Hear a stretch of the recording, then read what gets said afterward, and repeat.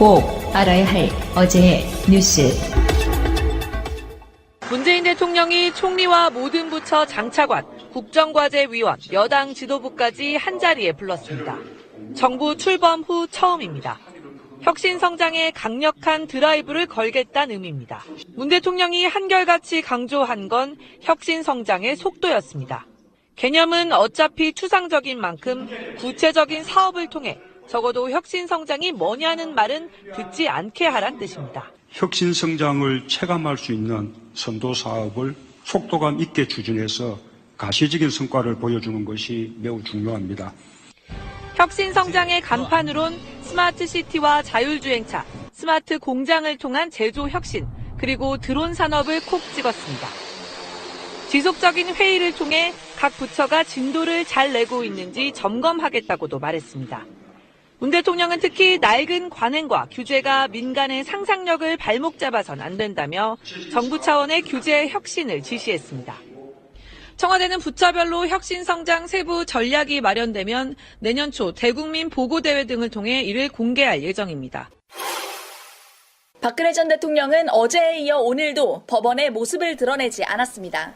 결국 재판부는 박 전 대통령 없이 진행하는 궐석 재판 결정을 밝혔습니다. 궐석 재판은 오늘부터 바로 시작됐습니다. 피고인석에는 박 전 대통령 없이 국선 변호인 5명만 자리했습니다. 변호인단은 박 전 대통령과 단 한 차례 접견도 못했지만 적극적으로 변론에 나섰습니다. 재판부가 다음 달 1일 검찰 측 신청에 따라 이른바 정호성 녹취를 틀고 정 전 비서관에 대한 증인신문을 하겠다고 했지만 변호인단은 날을 따로 잡아달라고 요청했습니다. 재판부는 녹취 파일의 증거 능력까지 문제 삼는 변호인단의 주장이 계속되자 별도 기일 지정 요청을 받아들였습니다. 변호인단은 또 오늘 증인으로 출석한 안종범 전 청와대 경제수석의 측근인 김건운 전 청와대 행정관에게도 좌종범 우병우란 말을 아느냐며 공격적인 질문을 이어갔습니다. 기업을 상대로 한 강요 등이 박 전 대통령이 아닌 안 전 수석의 주도로 이뤄진 것이란 취지입니다. 하지만 국선 변호인단은 기존 변호인들로부터 인수인계를 제대로 받지 못한 듯 혼선을 빚는 모습도 보였습니다. 결국 재판부는 기존 변호인들이 어떤 증거에 동의하고 동의하지 않았는지 여부를 상세히 설명하며 재판을 진행했습니다. 재판이 끝난 후 강철구 국선 변호인은 기존 변호인단과 협조가 되고 있느냐는 취재진의 질문에 말하지 않겠다고 답변했습니다. 최경환 자유한국당 의원이 검찰에 출석하겠다는 의사를 밝힌 건 오늘 오후입니다. 최 의원은 다음 달 5일 또는 6일로 소환 일정을 조정해주면 검찰 수사를 받겠다며 일정 조율을 요청했습니다. 검찰은 최 의원의 요청에 대해 수사 일정 등을 검토하고 5일 오전 10시로 출석 날짜를 정했습니다. 검찰은 당초 최 의원에게 오늘 오전 10시 출석할 것을 통보했습니다. 하지만 최 의원은 거세게 반발하며 검찰의 소환에 불응했습니다.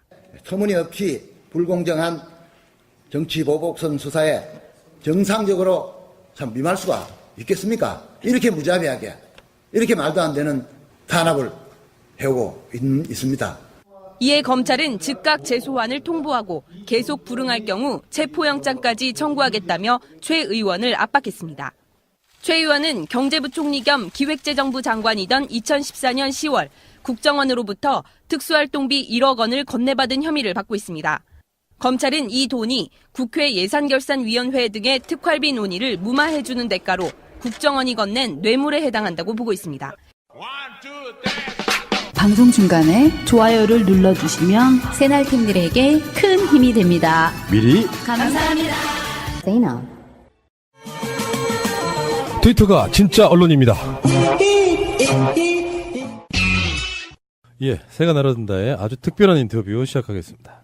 이분을 어떻게 불러야 될까요? 저는 개인적으로 뚝심의 사나이라고 부릅니다. 1965년생, 우리 방송에 고정 출연하시는 김민석 원장님보다 후배. 자, 그리고 남양주 갑에서 삼선하셨고요. 새정치민주연합의 사무총장도 지내셨고 그 후에 명칭이 바뀌었었죠. 총무본부장으로. 자, 최재성 더불어민주당 정당발전위원장 정발위 원장님 나오셨습니다. 어서 오십시오. 안녕하세요. 오랜만이십니다. 개인적으로는. 네. 정권 교체도 됐고 사실은 다 잘 나가고 있어요. 이따가 말씀드리겠지만 정발위 자체가 어쩌면 잘 나가는 곳에다가 뭔가 더 잘해보겠다는 어떤 조직을 하나 만드셔가지고 지금 몇 개월째 하신 거죠? 지금 100일째 하고 있습니다. 예. 그리고 그 한 끼 듭쇼 어떠셨어요? 그런 이쪽 예능 같은 느낌이 있는데. 저는 정말 좋았어요. 어. 당원 댁에 찾아가서 한 끼를 해드리는 거니까 그게 별거 아닌 것 같아도 항상 이렇게 선거 때 동원되거나 또 열일 하시는 당원들에게 마음으로라도 이렇게 좀 다가설 수 있고 좀 보답할 수 있다 뭐 이런 느낌? 근데 왜 그만두셨어요?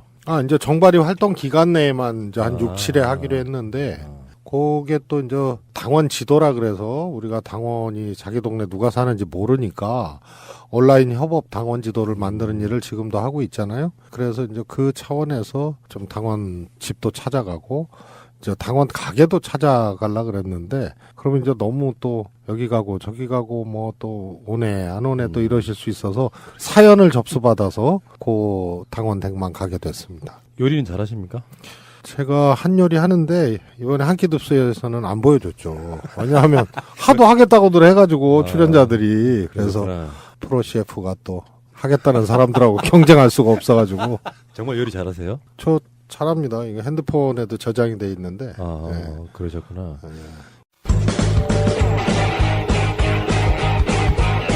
제도로서의 민주주의가 흔들리고 구타는 일은 이제 없습니다. 민주주의가 밥이고 밥이 민주주의가 되어야 합니다. 최재성 의원 그러면요, 이제 아는 사람들만 알아요. 아직까지는 아주 일반인들한테는 최재성 그러면 탤런트만 생각합니다. 그런데 정치를 좀 아시는 분들은 최재성 그러면 다른 표현 잘 안 하고요. 엄지를 세우거나 내리거나. 이걸 내리는 분들은 주로 이제 국민의당에 계시는 분들. 예. 이런 분들 이제 엄지손가락을 내리는 경우인데 하나씩 차근차근 한번 여쭤볼게요. 제가 가장 인상적으로 느꼈던 장면은 최재성 의원께서 당시에 더불어민주당의 그 중진들 원로분들 모여 계신 자리에서 폭탄 투척한 걸 한번 본 적이 있거든요. 그 자리 연연하느냐 뭐 이런 식의 그때가 총무본부장 때죠. 네, 그렇습니다. 보통 그러기가 쉽지 않잖아요. 그때 그런 상황이 벌어진 상황을 좀 설명해 주실래요? 원래 이제 당내 정치도 그렇고 정치가 이렇게 흐름에 따라가고 민감하게 돼 있어요. 근데 그때만 해도 이제 문재인 대표 물러가라 또 흔들고 막 이럴 때라서 사실 중진분들도 중재하신다고는 했는데 그때 그 동영상이나 이런 데 보면 탈당하신 분들이 거기 또 꽤 계시거든요. 그러니까 그 흐름으로 쫙 가는 거예요. 그래서 한마디로 문재인 대표 물러나고 그리고 임시전대 같은 걸 해서 지도부 다시 뽑자. 안철수 대표의 주장이거든요. 그랬었죠, 그때. 불가능한 건 이제 탈당 명분으로 자꾸 그렇게 걸었는데 그걸 주장하셔가지고 제가 그건 아니다. 그리고 규칙에도 위반이 되고 그런데 뭐 못 들은 척 하시고 뭐 해서 근데 또 이렇게 딱 보니까 전부 또 지역구도 좋으시고 그래서 나가면 당선되는 것?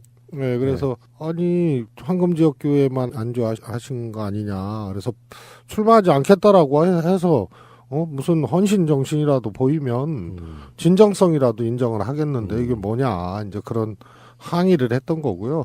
폭탄 투척이 아니고 폭탄을 터트리는 분들을 온몸으로 막 이렇게 막은 강제구소령 같은.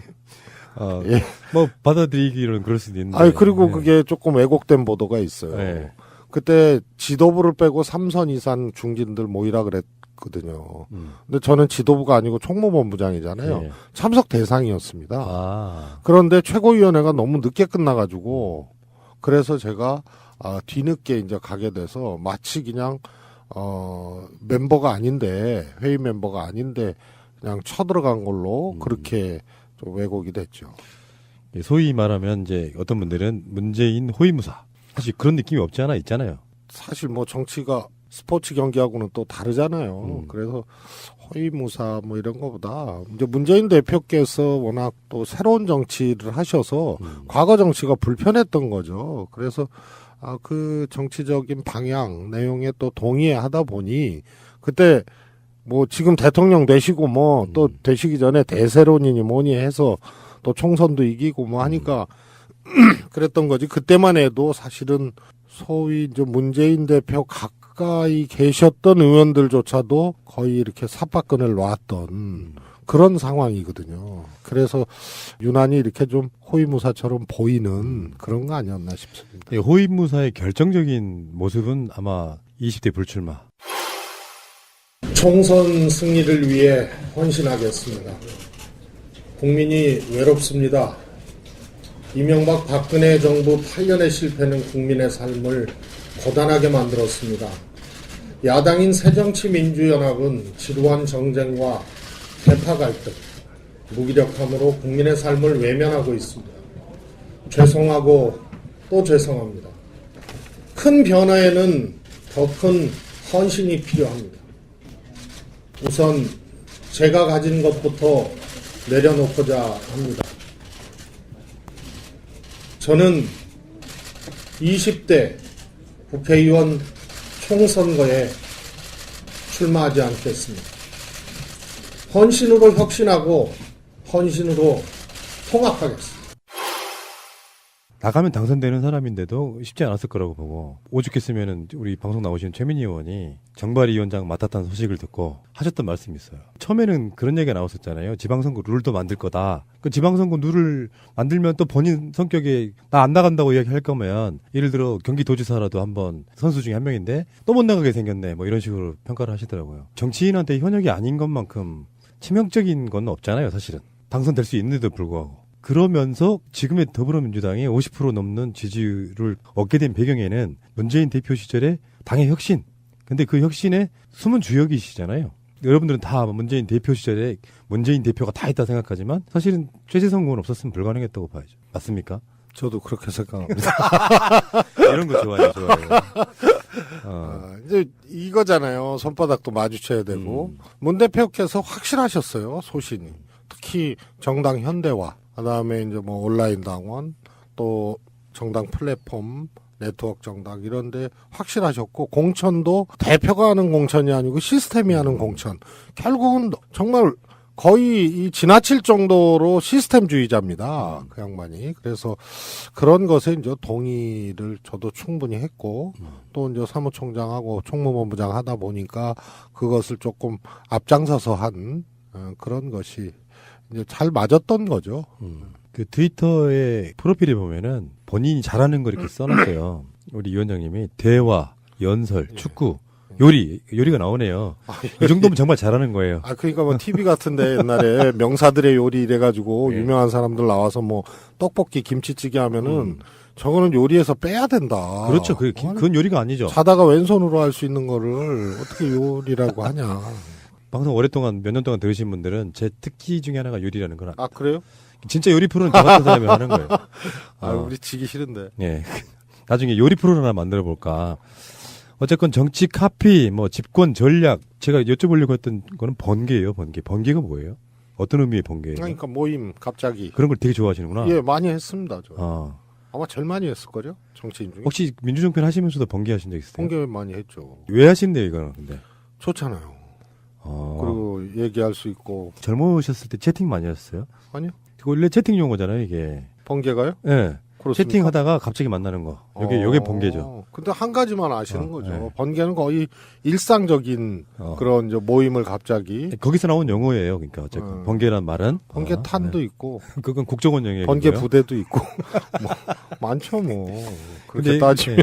근데 여기서 마지막 끝줄에 나와 있는 단어를 한번 읽어드려 볼게요. 의리는 생명줄. 보통 정치인들이라는 게 자기의 이득을 버리고 살신성인하기가 쉽지가 않잖아요. 위원장께서 보여주는 모습 중에 대표적인 게 저는 의리라고 생각해요. 의리. 국민에 대한 의리. 한참 힘들어했던 지금 정말 잘하고 있는 문재인 대통령에 대한 의리. 그 대신 이제 그러다 보니까 또 그렇게 서로 신뢰를 지켜야 될 정도의 교감을 하는 분들이 많지는 않죠.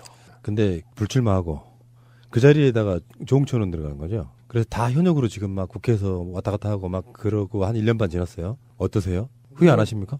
저는 원래 지나간 일에 대해서는 뭐 왜 회고하거나 반추하지는 않겠어요. 그러나 그걸 후회를 한들 뭐하고 또 할 일을 또 왜 합니까? 그때 나갈 걸.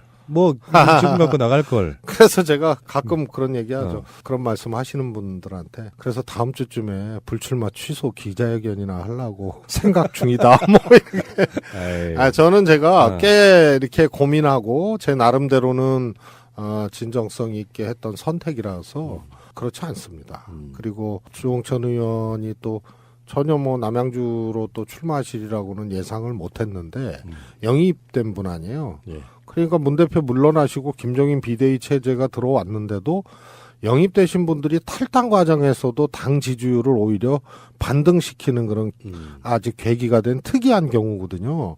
그래서 이분들은 삶을 바꾼 거 아니에요. 직업도 바꾸고.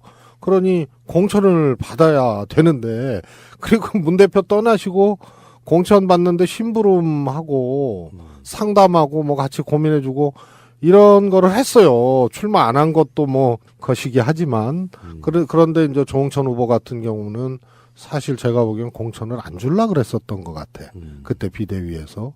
그러다 보니 누가 봐도 남양주에는 좀 잘 안 어울리잖아요. 그렇죠. 네? 우리가 도농 통합도시고 네. 나간다면 서울 뭐 이럴 텐데. 마포가 딱 좋은데. 네, 그런데 남양주로 나가게 된 그런 또 숨겨진 또 스토리가 있습니다.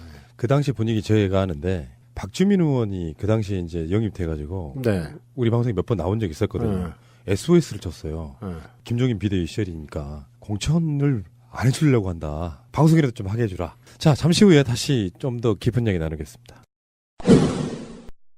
자, 인터뷰한 오늘이 정무수석이 발표가 됐어요. 제가 방송하다 보면 방송 다 들으시는 분들 아시겠지만 최근에 이제 우리 강기정 의원도 저희들 고정 멤버로 방송하시거든요. 언론에 보면은 정무수석 후보들 해가지고 이렇게 강기정, 뭐 최재성 또 등등등 여러 분들이 하마평에 올랐는데 혹시 정무수석 제의가 갔었나요? 저는 사실 대통령 선거 끝나고 네. 제가 아무것도 하지 않겠다고 글을 한번 올리고 보도도 좀 됐었죠. 임명직. 네네. 그때 이미 뭐 여러 가지 얘기가 조금 있었는데 제가 정중하게 마다하고 당과 그다음에 선출직 했던 사람들은 정치적 영역을 확대하면서 정권의 성공을 돕고 또 재집권 준비하고 이러는데 직접적으로 이렇게 현장이나 이런 데 나서야 되는 거 아니냐.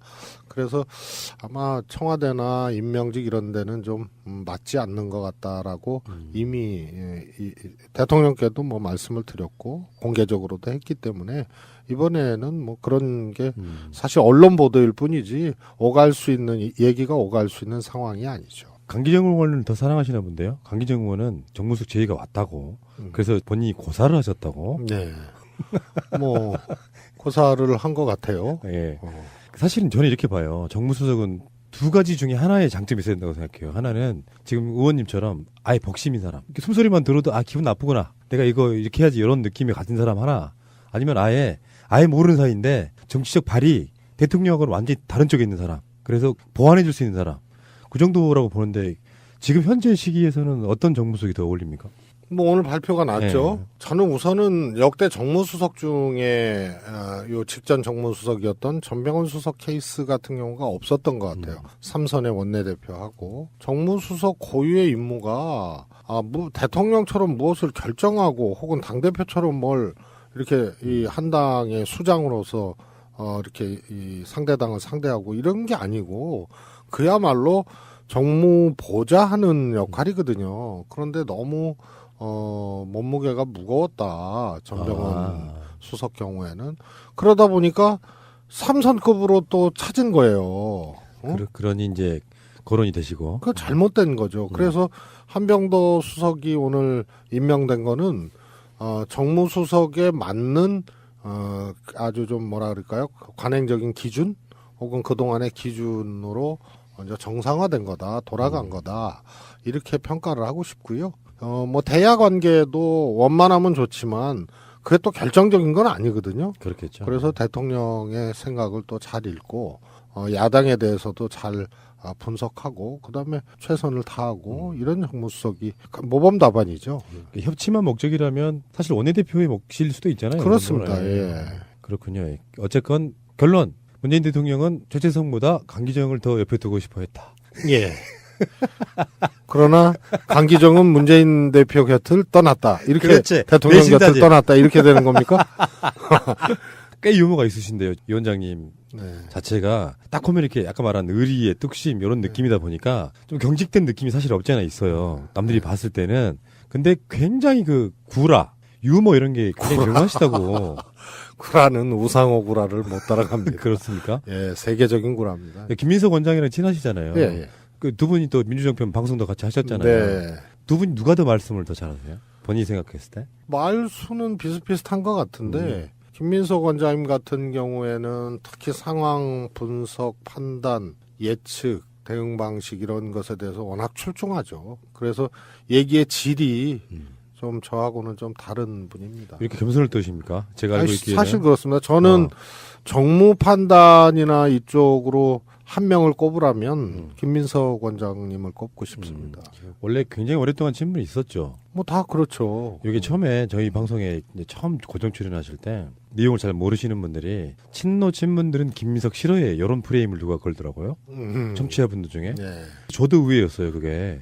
그중에 제일 절친 중에 한 분이 최재성 위원장이시더라고. 네. 이게 도대체 뭐지 이런 생각했던 기억이 나는데 정치인들은 또 다른가 봐요. 김민석 원장님은 저는 그건 조금 우리가 새롭게 봐야 된다고 봅니다. 지지자, 당원 또 상대 정치인이 자기 기준으로 정치인을 보기 시작하면 아마 단 한 명도 함께 할 수 있는 사람이 없을 거예요. 근데 김민석 원장님은 물론 이제 과거 개인의 정치 이력 중에 대중적으로 동의받기 어려운 적이 한두 번 있었죠. 그러나 그게 여럿이 하는 우리 정당 정치 또 문 대통령을 또 만드는 과정에서의 또 필요한 부분들이 다 사람마다 있는데 특히 정무 판단 능력이 출중한 거는 그거는 누가 대통령에 도전하더라도 혹은 누가 당을 하더라도 함께 하더라도 꼭 필요한 거거든요. 점점 정무기획 정무 판단 능력자들이 사실은 희소화되고 뭐 이런 시대예요. 그래서 저는 개인적으로 김민석 원장이 개인 판단을 어떻게 하는 자신의 문제를 어떻게 판단하는지에 대해서는 뭐 이렇게 지켜보고 시비가 있을 수 있으나 당이라는 차원에서 혹은 집권이라는 차원에서 저는 꼭 필요한 분이라고 생각합니다. 이 중에 전략가? 그렇습니다. 포스트 예. 이해찬도 좀 어울릴까요? 포스트 이해찬? 근데 뭐 짬밥은 뭐 만만치가 않죠. 어? 정치 신동. 새가 날아든다는 여러분들의 하트를 먹고 삽니다. 잊지 않으셨죠? 에피소드 제목을 누르고 플레이가 되면 오른쪽 위에 하트를 꾹 눌러주세요. 오늘도 감사합니다. 더 많은 분들이 들을 수 있도록 하트 꼭 눌러주세요. 축구 잘하시죠? 회의원들 중에 제일 잘했다는 소문도. 그거는 저를 너무 제 실력을 너무 작은데 귀착시키는 거고요. 저는 지금 2년 7개월 동안 연골이 파열돼 갖고 운동을 못 했잖아요. 이제 거의 났는데 2년 8개월 전까지 매일 축구했거든요. 거의 일주일에 작으면 5번 아니면 7번 했어요. 포지션이 어떻게 되세요? 센터포드죠. 아 정말 잘하시는구나. 그래서 그렇게 열심히 하니까 그 전에 이회택 감독, 예. 박종환 감독님 이런 분들이 저보고 최 의원님은 왜 이렇게 죽기 살기로 축구하냐고. 왜냐면 국가대표 오비들 웬만한 사람들하고는 제가 경기를 해봤거든요. 그럼 제가 답을 그렇게 합니다. 국가대표 뽑힐 때까지 하겠습니다. 제가 51세까지 그 꿈을 가지고 살았던. 혹시 그 학교 다닐 때 운동하셨어요? 저는 중학교 3학년 때까지는 2학년 때까지는 운동부 생기면 무조건 들어갔어요. 유니폼 주니까. 딱 봐도 체격이 이렇게 탄탄하신 느낌 있잖아요. 유니폼 주니까 탁구, 핸드볼 뭐 생기면은 들어가. 일단 유니폼을 주니까. 운동신경이 굉장히 뛰어나셨을 것 같아요. 그런 편이었고요. 너무 좋아했죠. 그러면 이제 들어갔다가 한두 달 만에 끌려 나오고. 근데 김민석 원장님은 운동 잘 못하죠? 글쎄, 뭐 본 적이 없어서요. 그래서 위원장님 이기신 거라고. 이겼어요. 국회에서 왜 국회의원들 다른 거 몰라 축구 대회는 많이 하시잖아요. 뭐 하죠, 가끔. 예. 알겠습니다. 여기까지 이제 신소리였고요. 그게 다예요? 예, 예. 진지한 이야기를 한번. 더 전설적인 얘기 좀. 예, 해주세요. 제가 인간 문어잖아요. 경기를 맞춥니다. 국가대표 경기를. 승패를. 한 번도 틀린 적이 없습니다. 그 독일의 그 문어? 예. 그래서 월드컵 때 그 파울이라는 문어 있잖아요. 승패를 근데 어느 날부터 제가 스코어도 맞히기 시작합니다. 정말입니다. 또 엄청 하셨겠는데? 아닙니다. 그러니까 주변 사람들이 그걸 확인한 사람들이 스포츠 토토 해야 되니까 어느 경기 스코어 좀 알려달라고. 그럼 제가 영험이 떨어져서 안 된다. 그런 삿된 곳에 제가 쓰면. 근데 실제로 제 컨디션하고 국가대표 성적하고 비례합니다. 그래서 제가 부상 2년 7개월 중이라 그랬잖아요. 슈틀리케 감독이 오셨을 때 초반에 잘했어요. 그러니까 야 이번에 슈틀리케 잘할 것 같다고. 아니다. 꼭 그렇지는 않다. 왜 그러냐. 내가 부상 중이다. 보따리 쌌잖아요. 정말입니다. 인천 아시안게임 결승전 스코어도 맞췄습니다. 제가. 어떻게 이런 얘기를 이렇게 정말 정색하고 하세요? 그러니까 이게 실패하는 거예요. 상대방이 처음 보는 사람은. 사실이니까 그렇습니다. 네, 처음 보는 사람은 긴장해요. 우상호 전 원내대표님처럼 좀 이렇게 쫙 설렁설렁하게 얘기하면은 거기는 조금 거품이 있거든요. 네, 그렇죠. 저는 액면 그대로 사실입니다. 자, 너무 신소리로 시간을 많이 보낼 거예요. 국민들은 국가의 존재 이유가 무엇이냐고 물었습니다. 어려울 때 국가가 지켜주고 있다는 믿음을 주어야 그것이 국가의 존재 이유입니다. 자, 정발 이야기를 본격적으로 한번 시작해 볼게요. 정당발전위원회가 인터뷰하시는 오늘이 사실은 원래 마감 예정일이었어요. 근데 연장됐다면서요? 네, 그렇습니다. 지금 예산 정국이 또 간단치 않잖아요. 그래서 2일 날이 법정 기간인데 넘길 것도 같고 쉽지 않은 상황이라서 최고위 의결하고 의총하고 이럴 수 있는 환경이 아니지 않느냐. 그런 정발위 내부에서도 그런 제기가 있어서 12월 15일까지 일단 연장을 하기로 했습니다. 그래서 12월 2일 예산 과정을 좀 보고 그 뒤로 의결 절차를 하기로 했습니다. 사실 정당발전위원회라고 하는 게 이제 다른 정당 조직 같으면 혁신위원회 이런 건데 대선에까지 이겨서 잘 나가고 있는 정당에 혁신이 필요할까? 이게 국민적인 어떤 의문점이었고 거기에 대한 나름대로 쉴드는 잘 나갈 때일수록 더 혁신하자 요구 아니었어요. 그렇습니다. 근데 혁신이라고 부르기에는 마치 대선에 패배한 것 같은 그런 느낌도 좀 들고 그래서 박차를 한번 가해보자는 의미에서 명칭이 바뀐 거죠. 혁신위원회로 해도 되는데요. 예. 그것도 저는 조금 뭐랄까요? 착시? 혹은 그런 거라고 보는데요.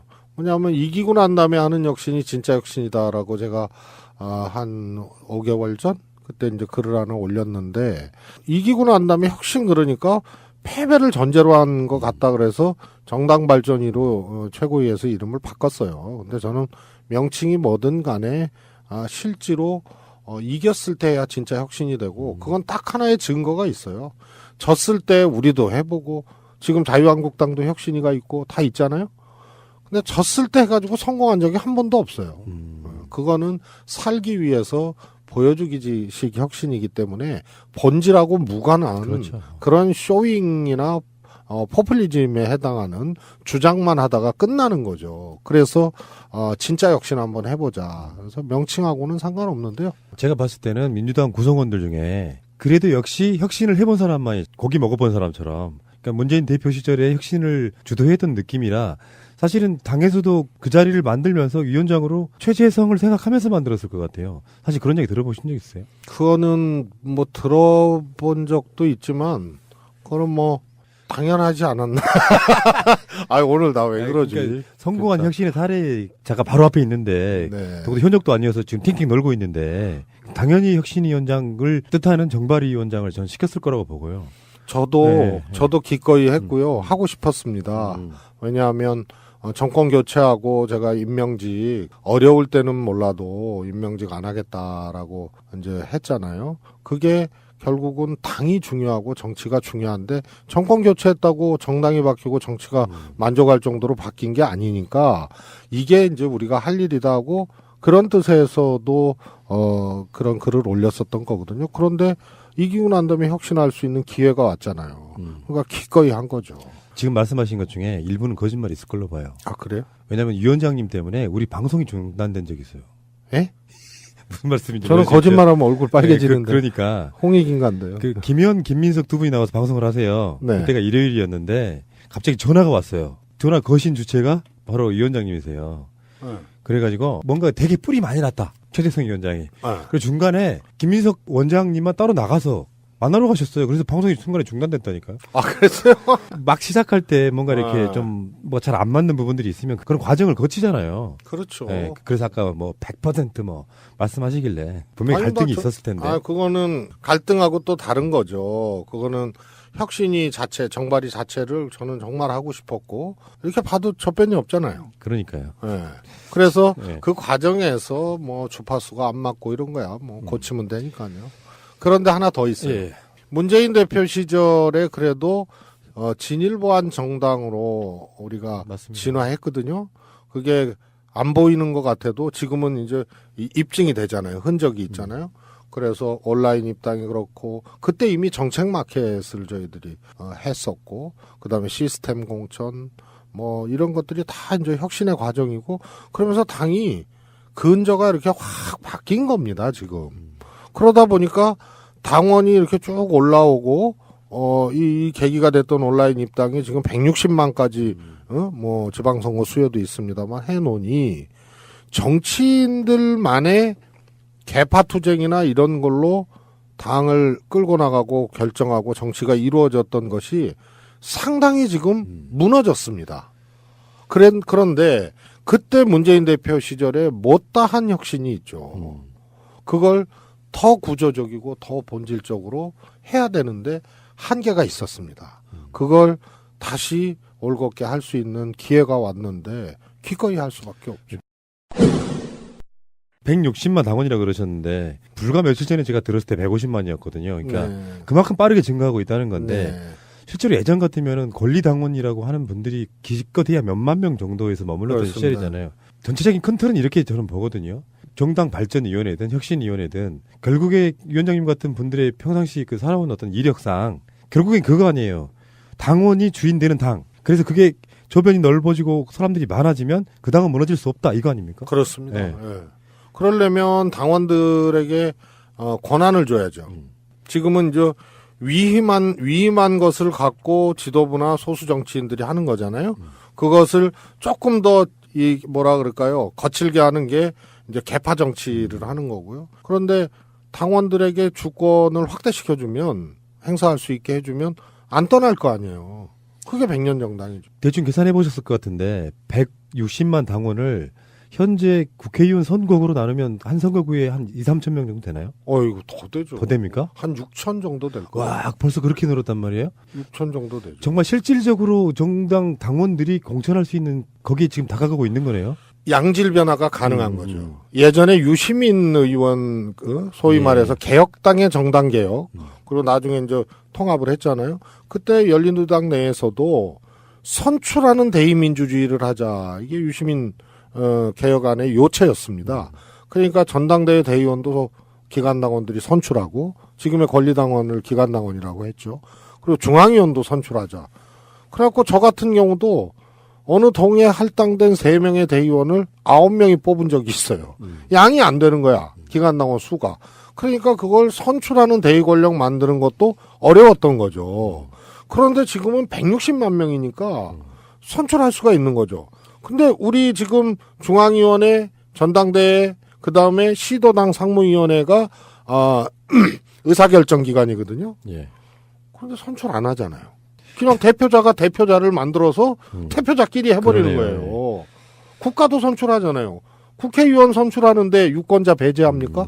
전 유권자가 투표해서 그때 대의 권력이 출발할 수 있는 명분과 힘이 생기는 건데 선출하지 않는 권력으로 하는 거죠. 그러니까 지금 위원장님 말씀하신 거 보니까 기존에 있던 민주당에도 기득권이신 분들은 정말 싫어하시겠다. 근데 왜 그런 얘기 하세요? 아니, 그러니까 그게 개혁이잖아요. 기득권에 앉아 있는 사람들은 또 그렇게 해서 뭐 지금 이번에 김대중 노무현 두 대통령을 거치는 과정 속에 이번 대선은 정말 잘했다 그러거든요, 일단은. 네. 그것들이 다 1차 문재인 대표 시절의 혁신으로부터 시작된 어떤 그 느낌 속에 지금 계속 굴러오고 있는 거잖아요. 사실은 민주당 정권 교체와 문재인 대통령과 또는 지금 160만 당원의 음수사원이 조재성 위원장이신 거예요. 자부심 가셔도 되는데. 근데 저는 현역 의원님들한테도 이번 혁신은 좋다고 생각합니다. 잘못된 관성과 그로 인한 문화 때문에 그게 더 좋은 걸로 과거가 더 좋은 걸로 생각하는데 생각해 보십시오. 지금 당원 주권이 안 돼서 소수 계파 정치 내지는 소수 지도부 정치로 충돌하게 되면 그 당권을 잡으려고 죽을 둥 살 둥 싸우는 거 아닙니까? 그러다가 한 칼에 그냥 날아가잖아요. 공천도 못 받고 혹은 또 정치적으로 잘못되고 그래서 너무 불특정한 변수에 좌우지되는 그리고 공천룰도 마음대로 바꾸잖아요. 그러니까 세상에 선수들이 룰미팅 하면서 시간 다 보내고 삿바 싸움하는 거는 아마 그러니까요. 우리 당 뺀이 없을 거예요. 새누리당도 2대 3대 3대 2 이 대통령 선출 룰이 벌써 10년 넘게 유지됐는데 우리는 그때그때 달러.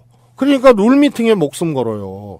이런 정치보다 당원에게 결정권을 주고 주권을 주고 그런 정치 잘하면 혹시라도 누가 변수로 털어내려 그래도 당원들이 지켜줄 수 있고 이런 정치가 정치인들한테도 훨씬 더 좋은 겁니다. 사실은 민심을 제대로 읽은 사실상의 유일한 정치인.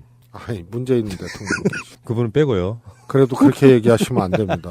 그분은 대표 시절부터 진짜 확실한 신념이 있었죠. 지나치다 싶을 정도로 정당 현대화나 시스템주의 이런 것에 대한 신념이 있었습니다. 전형적인 외유내강형 정치인이세요. 근데 여기 이 방송의 주인공은 우리 위원장이시니까 이제 정당 발전위원회를 만들면서 대선 후보들, 그러니까 전 경선에 나왔던 대선 후보들이 대표자 또는 대리인이 참석하는 뭐 그런 식의 지금 혁신위원회였잖아요. 네. 결과적으로 보면 기간 만료를 얼마 남겨놓고 있지 않은데 그 선택은 잘하신 거라고 보세요? 네. 어떤 면에서요? 우선은 그동안 그 혁신위는 그 위원장하고 결이 같은 사람들로 주로 구성이 됐죠.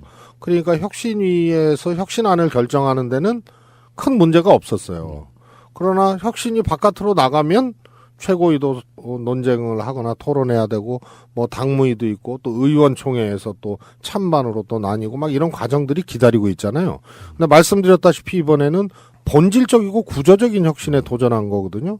그럼 반대가 더 많을 거 아닙니까? 당연하죠. 그러니까 우리 정당 발전이 안에 처음으로 통합형 구성을 해서 어렵더라도 여기서 나온 안이 명분과 힘을 갖는 그런 방법을 택한 거죠. 어느 계파로 분류되는 사람이 정당 발전위원장을 했다면 정치권은 그런 거잖아요. 계파나 이런 정파 이런 것들은 상대방이 뭔가를 하게 되면 의도를 의심하잖아요. 지들끼리 유리한 룰 만들려고 저런다. 그래서 아예 이제 대선에 나왔던 경선 후보들 쪽의 어떤 그 의견을 취합하기 위해서라도 필요했다. 그래서 결론적으로 어떻게 회의나 뭐 어떤 추진할 때 있어가지고 굉장히 많은 분란이나 논란 같은 건 안 생겼어요? 토론이 아주 많았고요. 저희가 한 23차례 했고요. 또 따로도 얘기를 하고 그래서 우선 혁신 안에 바로 들어간 것이 아니고 우리가 해야 될 정당 정치, 민주당 정치 그 구조가 어떤 원리로부터 시작되는가를 제법 격조 있게 논의를 했습니다. 그 이재명 시장은 잘 출석하셨나요? 모범생이었죠. 직접 들어가신 분은 좀 특이한 케이스잖아요. 대선 후보였는데. 사실은 제가 다 직접 요청을 했죠. 아, 나머지 분들은 대리인 보내신 거구나. 이제 한 분은 좀 멀고 네. 한 분은 또 그러네. 또 광역단체장이고 이러니까. 근데 저는 이재명 시장님이 제가 그런 얘기를 했어요. 한 우산 아래 경쟁. 이게 좋다. 그 한 우산은 대통령도 아니고 개파 보스도 아니고 당대표도 아니고 당원이다. 거기에 동의를 하더라고. 그게 논란이 됐을 때 그 위원장님의 트윗이 이렇게 있습니다. 본질적이고 고강도의 혁신안을 마련조차 못하거나 성공시키지 못하면 저도 이재명 시장님도 끝입니다. 사사롭게 임한다면 큰일은 물론 시장도 어렵습니다.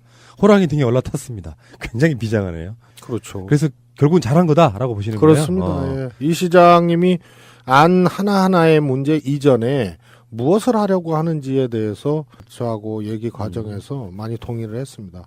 제가 그런 얘기를 했죠.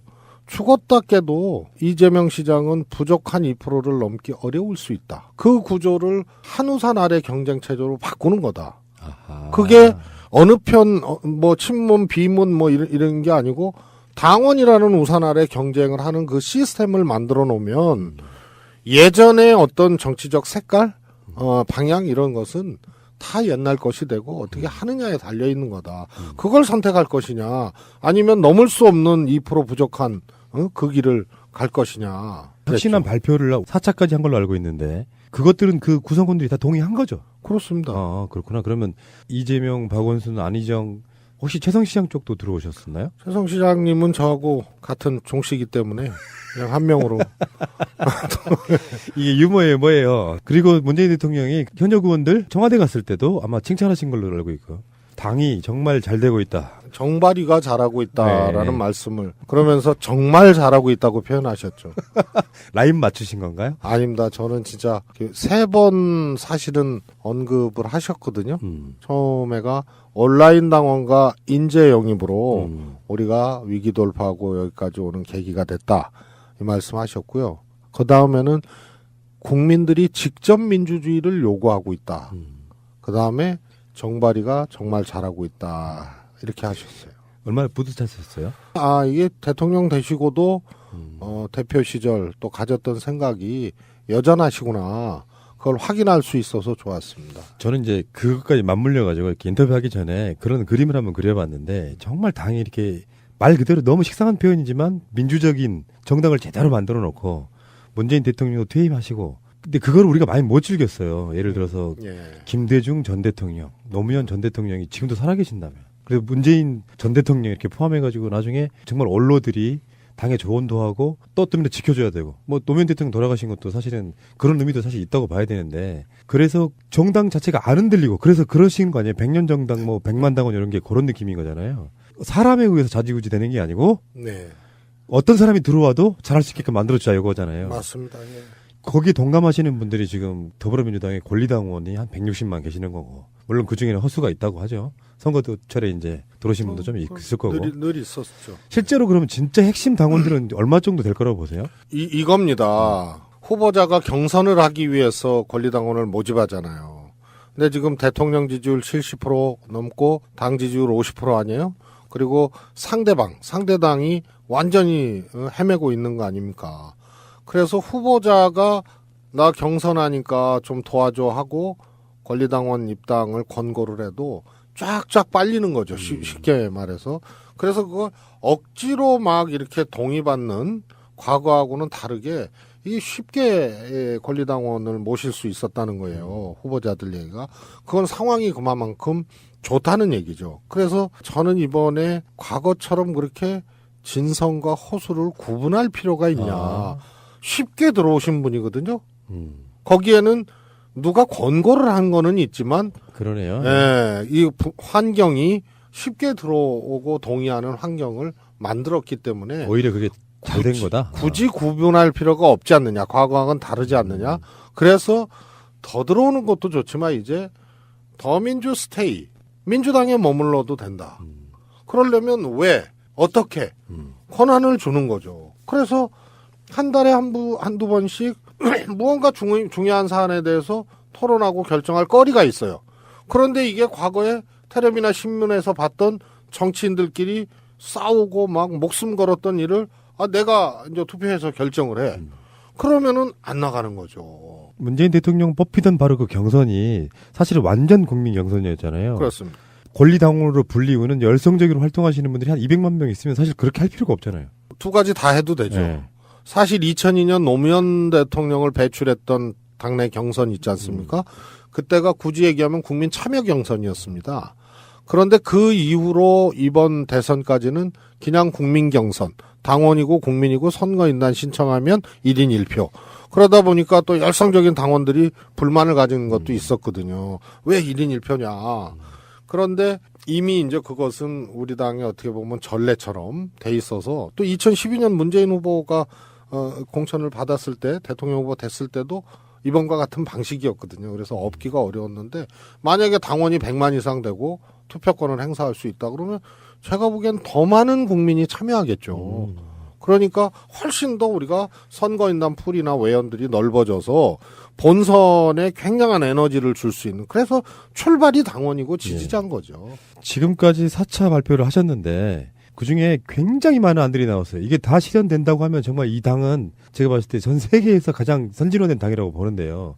문제는 지금 그런 내용들이 사실 당 차원에서 의결된 건 사실상 지금 아직까지는 없는 걸로 알고 있고요. 근데 그중에 그 많은 안들 중에, 그러니까 정당 발전안, 개혁안들 중에 쇼킹했던 건 몇 가지만 여쭤볼게요. 시간상 이거 다 여쭤볼 수는 없고. 우리 방송으로 나갔던 것들 중에 하나가 뭐였냐면은 현역 의원도 이제 전략 공천은 없다. 경선을 치르고 올라와야 된다. 이게 일단 아니에요. 실질적으로 이게 이루어지기는 굉장히 힘들 것처럼 보이거든요. 누가 봐도 잘 나가는 사람이고 그런 사람이면 굳이 경선으로 힘을 뺄 필요도 없는 거거든요. 근데 그게 위원장님 생각이신 건가요? 네. 그게 그렇게 하는 게 맞다고? 예. 우선은 현역의원 기득권이 있는 건 사실 아니에요.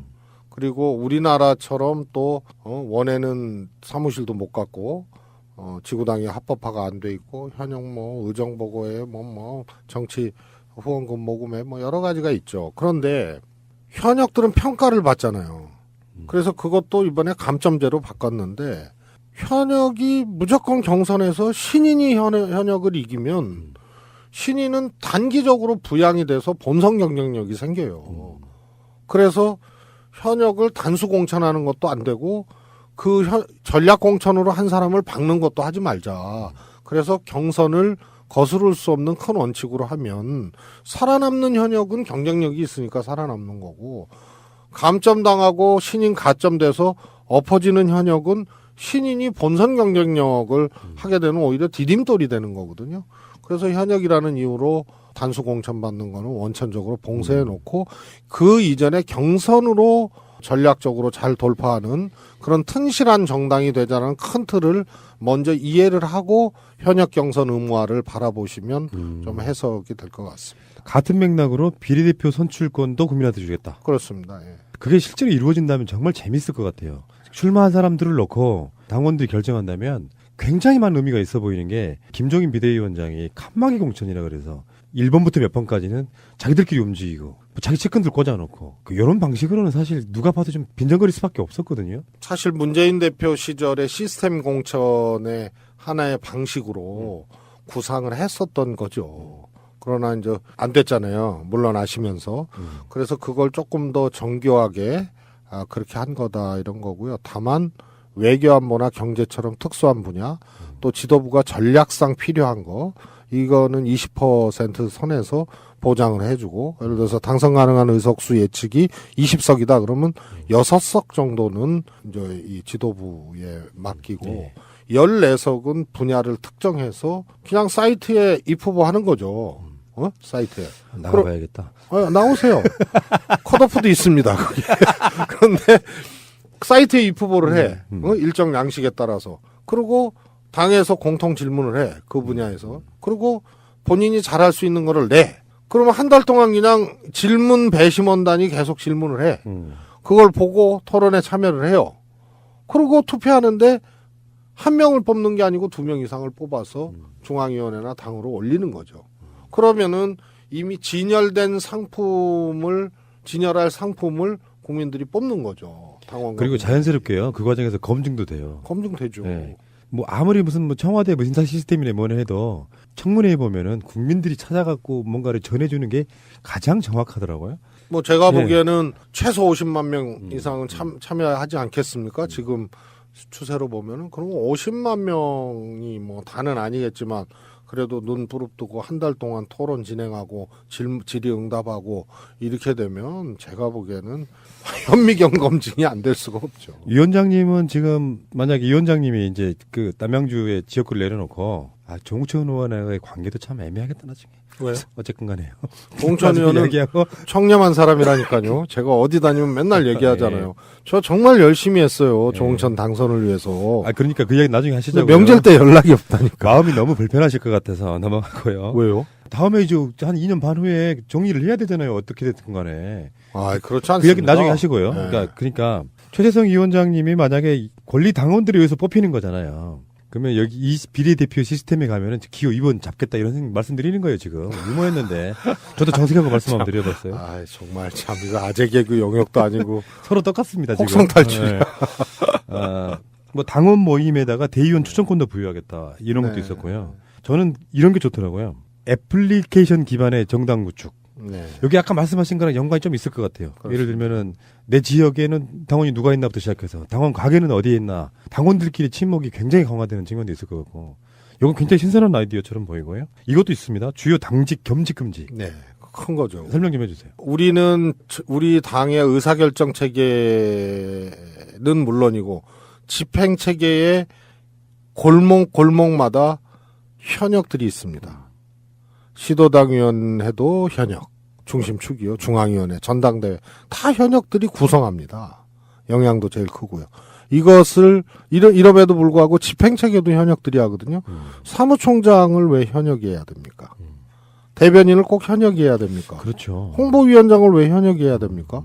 그래서 원내를 강화하고 원내에서 더 열심히 뛰시고 여기는 오히려 우선 하루 종일 근무가 안 되잖아요. 사무총장이 얼마나 중요한데. 그런데 현역이 하다 보니까 아무래도 우선 근무 시간부터 안 돼. 근데 인사 재정 뭐 그걸 총괄을 하잖아요.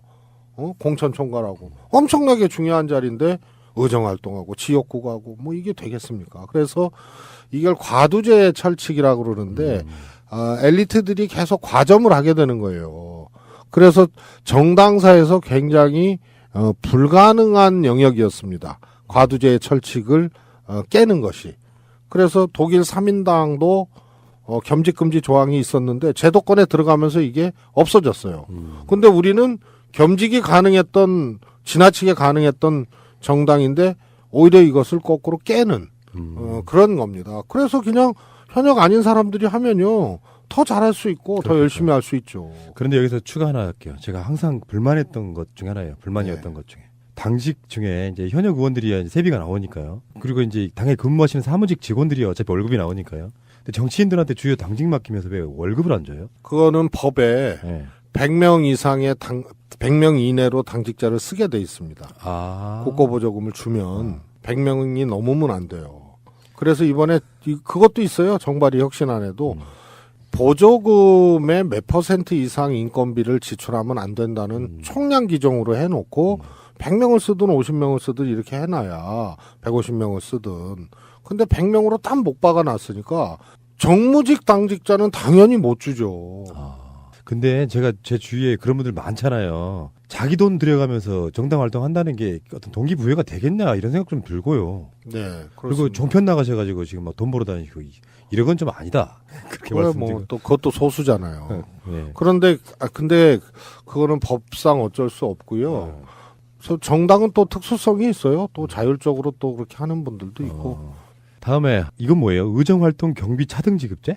사실은 그게 굉장히 의미 있고 중요한 건데 지금 저희가 조용한 혁명을 하고 있는 거 아닙니까? 예. 불만이 혹시라도 있으신 분들도 내놓고 얘기 못하고 이렇게 잘 나가는데 거기다가 또 우리가 경험이 있잖아요. 무진장 싸워본 경험이 있어서 이럴 때 충돌하면 안 된다는 경험적 절제력이 지금 다 작동을 해서 국민들이 제일 싫어하는 게 자기네끼리 싸우는 거 아니에요? 같은 편끼리.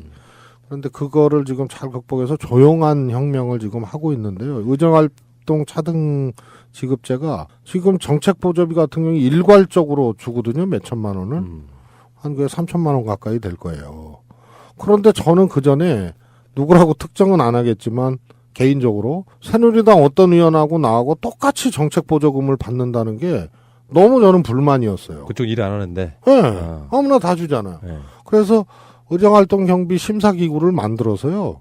잘 하는 사람은 더 주고 안 하는 사람은 안 주는 거죠. 정책보조비를. 그러니까 총액 정해놓고 아까처럼. 그렇습니다. 네. 예. 그 다음에 이제 저런 거 있잖아요. 유류비용, 기름값 같은 거를 왜 부산에 있는 분이나 수도권 출퇴근하는 분이나 똑같이 줍니까? 그래서 사후에 영수증 처리하기. 그래서 정치비용 일종의 공영제입니다. 지역구 활동 열심히 하시는 분들이 기름값을 뭐 하루에 2번씩 3번씩 넣고 막. 저는 한 달에 100만 원 이상씩 개인 부담을 했어요. 네. 그래서 이 취지는 그렇게 해서 그 대신 그 앞조항에 보면 고위공직자 임금 상한제가 있는데요. 국회의원의 경우에는 이거하고 연동되는 겁니다. 4인 가구 평균 소득의 2.5배를 못 넘게 차관급 이상을 국회의원 포함해서 그러면 1억이 안 넘는 겁니다. 이게 이제 정당 개혁도 있지만 정치 개혁 부분까지 좀 나가셨어요. 원래 정당 개혁 정치 개혁이고요. 그래서 그러면 1억을 넘기면 안 되는 거예요. 그 대신 가난한 국회의원이나 없는 국회의원들은 더 손실 아니에요. 그 대신 열심히 하면 차등 지급하고 기름값 등등은 사후 정산할 수 있는 정치비용 공영제로 하면 열심히 한 사람들한테는 손해가 아니다. 이런 취지가 되겠습니다. 앞에 게 더 중요한 겁니다. 임금 상한제가. 자, 그러면은 지금 여기까지가 끝이 아니고요. 여러분들이 검색을 좀 해보세요. 민주당 정당발전위원회 등등 보면 간혹 그쪽에 관심 많은 기사들이 꽤 있는 편인데 거기 보면 어떤 내용들이 주로 4차 혁신안까지 나왔는지를 한번 읽어보실 필요가 있는데 이걸 1시간의 방송으로 담기는 좀 어렵고 마지막으로요. 지금 제가 언급해드리지 않은 것 중에 이것만큼 히든카드였는데라고 제가 언급 안 한 부분 좀 있으시면 하나만 소개할 기회를 드릴게요. 그게 직접민주주의죠. 네. 문재인 대통령께서도 얘기했던. 그래서 정당이 합당하고 해산하는데 왜 대표끼리 만나서 합니까? 그래서 그거는 우리가 개헌도 국회 통과됐다고 마지막이 아니고 국민투표 하잖아요. 예. 그래서 중요한 사안은 전 구성원이 결정하게 하는 겁니다. 그래서 특정한 당원, 강령, 뭐 5.18을 빼라, 뭐 노동을 빼라. 이게 말이 안 되는 거 아니에요? 가장 중요한 거였네요. 예. 네. 그래서 전 당원들이 직접 결정할 것에 대해서 특정을 했습니다. 합당 해산, 강령, 특별한 당원. 그 다음에 공천을 제 맘대로 하잖아요. 그래서 공천 세칙을 전부 당원 이상급의 특별당규로 만들어서 이번에 만듭니다. 이거를 바꾸려거든 전당원의 동의를 받아라. 특정 어떤 정치인분들한테는 정말 저승사자 같은 분이시네요. 아니, 더 좋습니다. 기존 정치. 그럴까요? 왜냐하면 예측 가능한 시스템이 있는 거 아니에요? 거기에 자기가 최선을 다해서 하면은 되는데. 변수가 상당히 차단이 되는 거죠, 오히려. 완전한 대한민국 문재인과 손잡고 다시 하는 우리 대한민국. 끊지 마세요. 끊지 마세요. 더불어민주당 지지율이 50%에서 거의 빠질 생각을 안 해요. 그러면 이제 내부 구성원들 중에 야, 잘 나가고 그러는데 굳이 이렇게 이를테면 그분들은 그걸 분란이라고 말할지도 몰라요. 잘 만들어진 시스템이었으니까 우리가 지금 정권도 잡았고 지금 잘 나가고 있는데 왜 여기를 중간에 또 무슨 뭘 건드려 이렇게 하시는 분들이 있을 수 있단 말이에요. 그런 분들과의 어떤 잘 조율해서 결국엔 최고위원회를 통과해서 당헌 당규로 이게 자리 잡을 수 있겠습니까? 우선 최고위원회는 처음에는 오해가 조금 있었던 최고위원이 있어요. 우선 제가 위원장 하니까 사실은 제가 해서 뭐 잘못된 게 없는데 약간의 뭐 경계심? 두려움? 이런 것들이 있는 분들이 있었어요. 뭐지? 근데 제가 제 계산으로 하는 사람은 아니라는 거는 알지만 뭔가 이렇게 경계심이 있는 게 있었어요. 그런데 토론해보고 토론을 많이 했습니다. 최고위하고. 그러니까 많이 이해를 하시고 그래서 주요 사안에 대해서는 논의를 끝내놓은 상태입니다. 그리고 의원총회에서 한번 의사를 수렴하고 또 토론하고 그리고 의결하자. 일괄 의결하자. 이렇게 해서 몇 달 동안을 고비고비마다 주요 쟁점을 다 정리한 상태다 지금. 그리고 조금 덜 중요한 것에 오히려 이견이 몇 개 있는 정도. 이런 정도로 보시면 되겠습니다. 그래서 저는 희망적으로 봅니다. 그 문재인 대표 시절에 개혁했던 것 중에 지금 말씀하시니까 떠오르는 얘기가 있는데 각 시도당 위원장들이 최고위원 당연직으로 올라가잖아요. 네. 그거 없애겠다는 것도 안 중에 하나셨죠. 그렇습니다. 예. 그건 해보시니까 저도 그런 예상을 한번 한 적이 있어요. 뭐냐면은 정치적 비중들이 솔직히 말씀드릴게요. 예전 같으면 이렇게 스타급 국회의원들 이런 분들이 최고위원회도 같이 포진해 있으면 이렇게 그림이 좀 되는데 어떤 경우에는 너무 정치 신입급들도 막 최고위원회에 들어가 있으니까 뭐랄까 최고위원회의 무게감이 좀 떨어지는 건 사실이더라고요. 네. 그런 느낌도 있으시지 않았어요? 뭐 그런 것도 있고요. 우선은 선출되지 않은 최고위원 아니에요. 예. 시도당 위원장으로 선출됐지 최고위원으로 뽑아준 게 아니거든요. 당원들이. 그럼 그때 그 룰을 만드실 때는 위원장님이 안 계셨나요? 아니요. 있었고 혁신위에서 했는데요. 애당초는 권역별 최고위원제로 직접 선출을 하자였습니다. 그런데 예를 들어서 4개 권역으로 묶으려면 뭐 강원도하고 서울이 묶이면 강원도 영원히 못 하잖아요. 그러네요. 그래서 이 4개로 묶기가 어려워서 원래는 분권의 취지를 살려서 호남, 영남, 뭐 충청, 뭐 수도권에서 4개 권역으로 나눠서 직선을 하자고 했는데 그게 이 지역 4개 권역으로 디자인하기가 어려워서 나중에 사실은 조금 이렇게 돌아간 겁니다, 이게. 그러다 보니까 선출되지 않은 권력이고 두 번째로는 이번에 왜 시도당 위원장의 사퇴기간, 출마자 사퇴기간을 현재 4개월에서 6개월로 늘리려는 시도가 실패했잖아요. 저는 6개월로 늘리는 게 맞다고 보거든요. 공천권이 시도당으로 문재인 대표 시절에 혁신안으로 해서 분권이 돼버렸어요. 공천권이 갔는데 이게 사람한테 가버린 꼴이 된 거 아니에요? 그리고 출마를 해요. 시도지사로. 시도당 위원장이. 그러니까 공천심사위원회 다 만들어 놓고 출마를 해버리면 그게 안 되잖아요. 그렇죠. 그래서 역시 사람의 선의에 의존하는 제도는 한계가 있다. 그래서 시스템으로 해야 되는 거고 정상적으로 해야 되는 거죠. 다행입니다. 그런데 지방선거 룰을 안 만들게 된 초반에 그런 논란이 있어서 지방선거 룰을 안 만들기로 하셨잖아요. 네.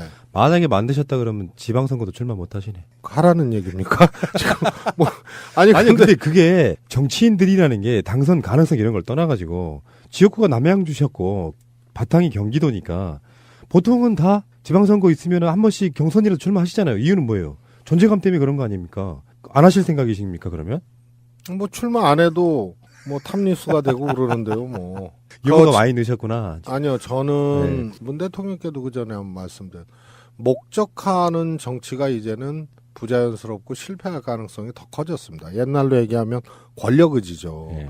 지금은 자기가 해야 될 일, 또 자기한테 맞는 일을 최선을 다해서 하다 보면 저는 그건 기회가 온다고 봅니다. 그런데 뭘 해야겠다고 딱 설정해 놓고 하잖아요. 그러면 저는 과거하고는 달라서 실패할 확률이 크다고 봅니다. 역시 이제 교정활동을 한 1년 반쯤 쉬시니까 자기 자아성찰이 된 거예요. 강기정 의원이 뭐라 그러신 줄 아세요? 그러니까 삼선 내리했잖아요, 광주에서.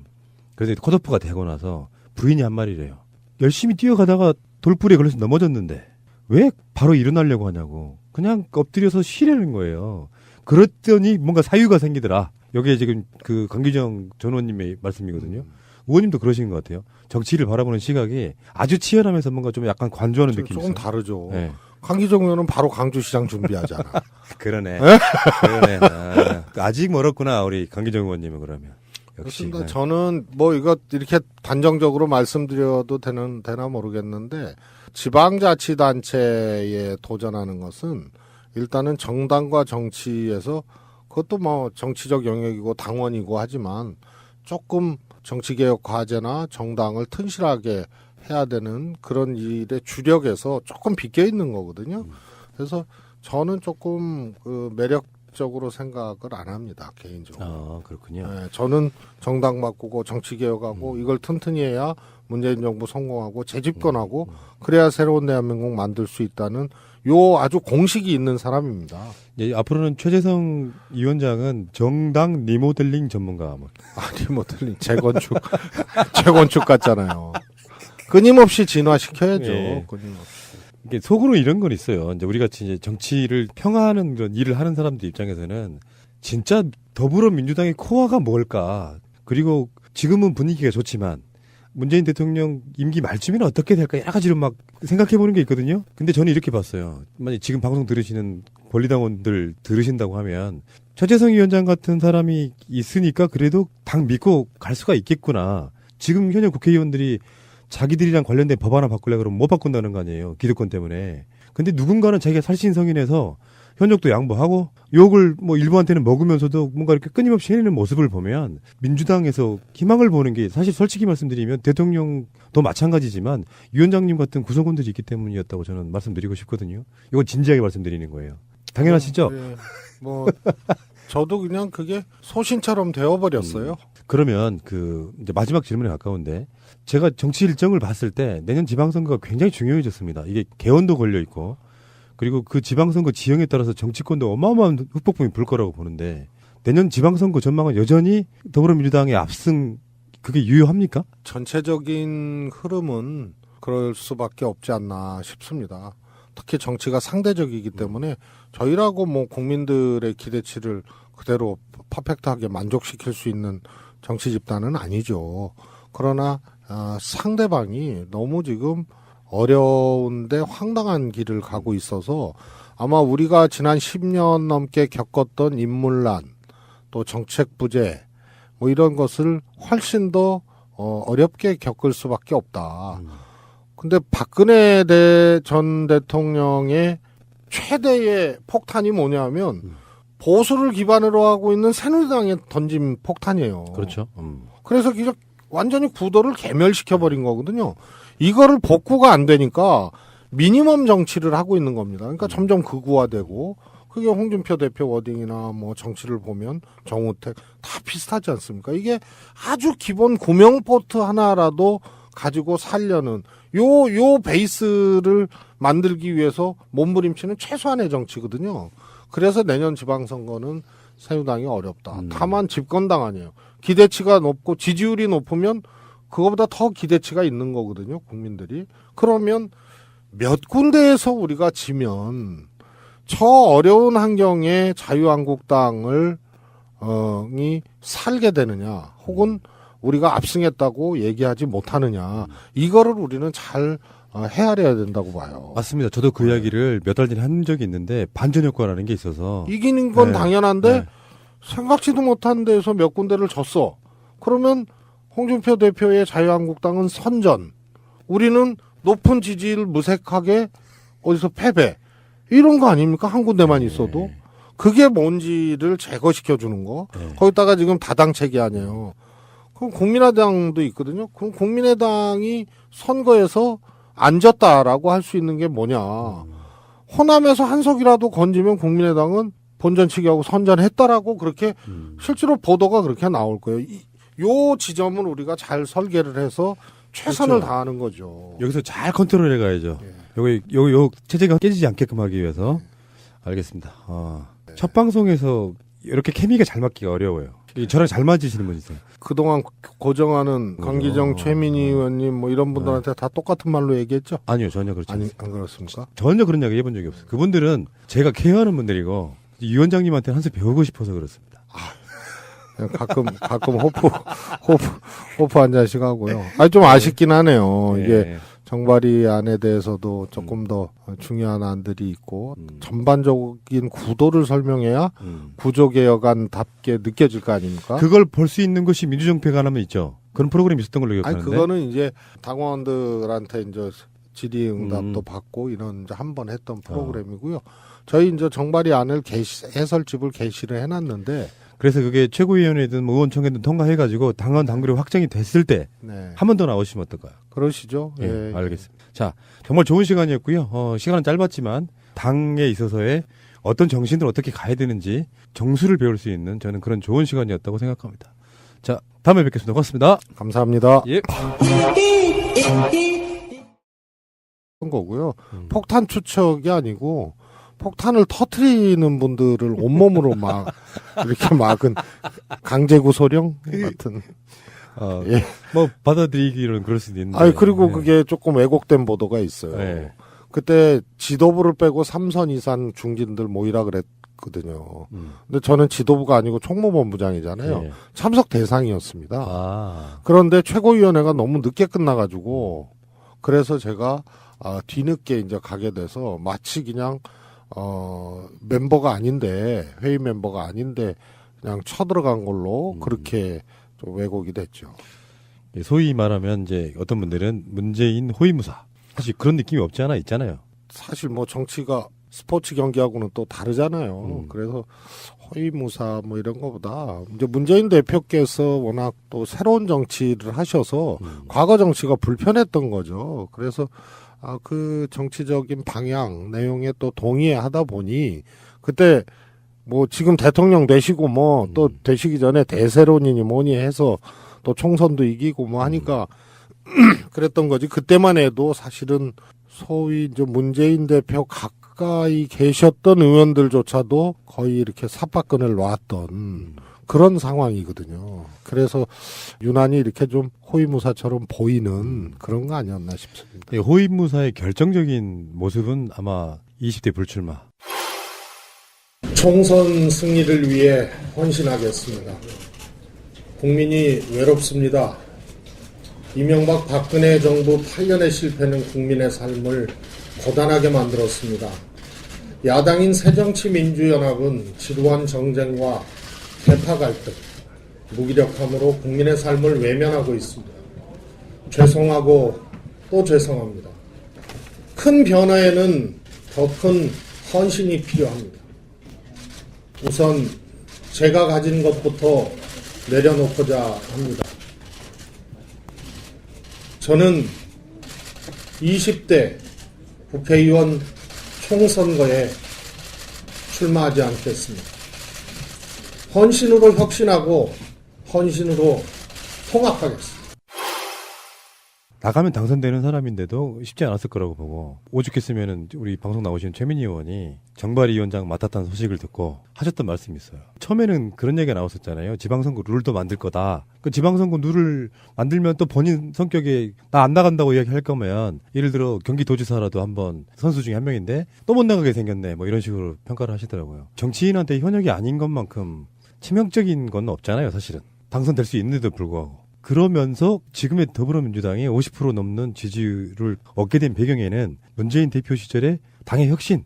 근데 그 혁신의 숨은 주역이시잖아요. 여러분들은 다 문재인 대표 시절에 문재인 대표가 다 했다 생각하지만 사실은 최재성 의원 없었으면 불가능했다고 봐야죠. 맞습니까? 저도 그렇게 생각합니다. 이런 거 좋아요.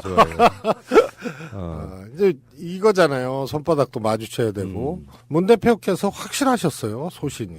특히 정당 현대화. 그다음에 이제 뭐 온라인 당원, 또 정당 플랫폼, 네트워크 정당 이런데 확실하셨고 공천도 대표가 하는 공천이 아니고 시스템이 하는 공천. 결국은 정말 거의 이 지나칠 정도로 시스템주의자입니다. 그 양반이. 그래서 그런 것에 이제 동의를 저도 충분히 했고 또 이제 사무총장하고 총무본부장 하다 보니까 그것을 조금 앞장서서 한 그런 것이 이제 잘 맞았던 거죠. 그 트위터의 프로필에 보면은 본인이 잘하는 거 이렇게 써놨어요. 우리 위원장님이 대화, 연설, 축구, 요리가 나오네요. 이 정도면 정말 잘하는 거예요. 그러니까 뭐 TV 같은데 옛날에 명사들의 요리 이래가지고 유명한 사람들 나와서 뭐 떡볶이, 김치찌개 하면은 저거는 요리에서 빼야 된다. 그렇죠. 그건 요리가 아니죠. 자다가 왼손으로 할 수. 트위터가 진짜 언론입니다. 예, 새가 날아든다의 아주 특별한 인터뷰 시작하겠습니다. 이분을 어떻게 불러야 될까요? 저는 개인적으로 뚝심의 사나이라고 부릅니다. 1965년생, 우리 방송에 고정 출연하시는 김민석 원장님보다 후배. 자, 그리고 남양주 갑에서 삼선하셨고요. 새정치민주연합의 사무총장도 지내셨고 그 후에 명칭이 바뀌었었죠. 총무본부장으로. 자, 최재성 더불어민주당 정당발전위원장 정발위 원장님 나오셨습니다. 어서 오십시오. 안녕하세요. 오랜만이십니다. 개인적으로는. 네. 정권 교체도 됐고 사실은 다 잘 나가고 있어요. 이따가 말씀드리겠지만 정발위 자체가 어쩌면 잘 나가는 곳에다가 뭔가 더 잘해보겠다는 어떤 조직을 하나 만드셔가지고 지금 몇 개월째 하신 거죠? 지금 100일째 하고 있습니다. 예. 그리고 그 한 끼 듭쇼. 어떠셨어요? 그런 일종 예능 같은 느낌이 있는데. 저는 정말 좋았어요. 당원 댁에 찾아가서 한 끼를 해드리는 거니까 그게 별거 아닌 것 같아도 항상 이렇게 선거 때 동원되거나 또 열일 하시는 당원들에게 마음으로라도 이렇게 좀 다가설 수 있고 좀 보답할 수 있다 뭐 이런 느낌? 근데 왜 그만두셨어요? 이제 정발위 활동 기간 내에만 이제 한 6, 7회 하기로 했는데 그게 또 이제 당원 지도라 그래서 우리가 당원이 자기 동네 누가 사는지 모르니까 온라인 협업 당원 지도를 만드는 일을 지금도 하고 있잖아요. 그래서 이제 그 차원에서 좀 당원 집도 찾아가고 이제 당원 가게도 찾아가려 그랬는데 그러면 이제 너무 또 여기 가고 저기 가고 뭐 또 오네 안 오네 또 이러실 수 있어서 사연을 접수받아서 그 당원 댁만 가게 됐습니다. 요리는 잘하십니까? 제가 한 요리 하는데 이번에 한 끼 듭쇼에서는 안 보여줬죠. 왜냐하면 하도 하겠다고들 해가지고 출연자들이 그래서 그렇구나. 프로 셰프가 또 하겠다는 사람들하고 경쟁할 수가 없어가지고. 정말 요리 잘하세요? 저 잘합니다. 이거 핸드폰에도 저장이 돼 있는데. 네. 그러셨구나. 네.